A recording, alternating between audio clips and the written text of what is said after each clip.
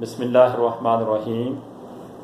اردو نگر ملیر کراچی سے محترم طلحہ انصاری بھائی صاحب نے پوچھا ہے کہ بارش کے پانی سے اگر کوئی بندہ غسل کر لے تو کیا غسل درست ہو جائے گا یا کہ نہیں ہوگا؟ تو میرے محترم دوست، غسل میں 3 فرض ہیں۔ نمبر 1 کلی کرنا گھرگرے کے ساتھ، نمبر 2 ناک میں پانی ڈالنا نرم باسے تک، نمبر 3 پورے جسم پر ایک بار پانی بہانا۔ تو یہ 3 فرض ہیں۔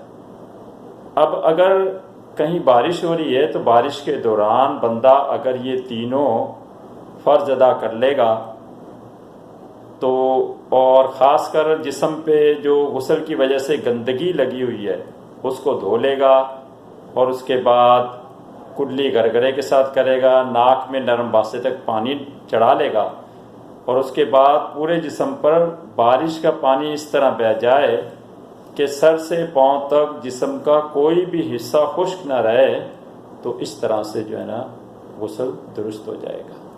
ٹھیک ہے، یہ مسئلہ فتاوی شامی میں دیکھا جا سکتا ہے۔ مسئلہ میں نے بیان کر دیا، باقی واللہ اعلم۔